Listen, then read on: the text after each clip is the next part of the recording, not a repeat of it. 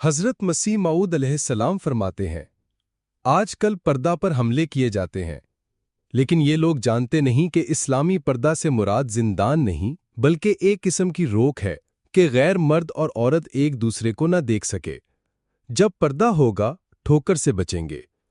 एक मुनसिफ मिजाज कह सकता है कि ऐसे लोगों में जहां गैर मर्द और औरत इकट्ठे बिला तअम्मुल और बेमुहाबा मिल सकें, सैरें करें, क्यों कर जज्बाते नफ्स से इस तरारन ठोकर न खाएंगे।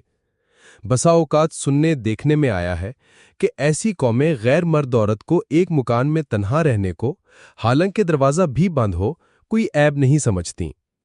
ये गोया तहजीब है। इन्हीं बदनताइज को रोकने के लिए शारए इस्लाम ने वो बातें करने ही की इजाज़त न दी जो किसी की ठोकर का बायस हों। ऐसे मौके में ये कह दिया कि जहां इस तरह दो गैर महरम मर्दो औरत जमा हों, तीसरा उनमें शैतान होता है। इन नापाक नताइज पर गौर करो जो यूरोप इस खलीउर रसन तालीम से भुगत रहा है।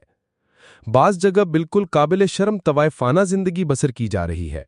ये उन्हीं तालीमों का नतीजा है।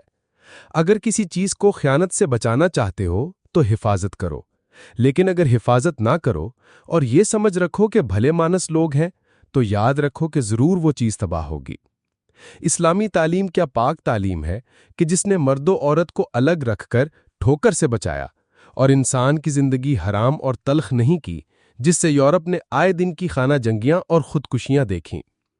बाज शरीफ औरतों का तवाइफाना जिंदगी बसर करना एक अमली नतीजा इस इजाजत का है जो गैर औरत को देखने के लिए दी गई।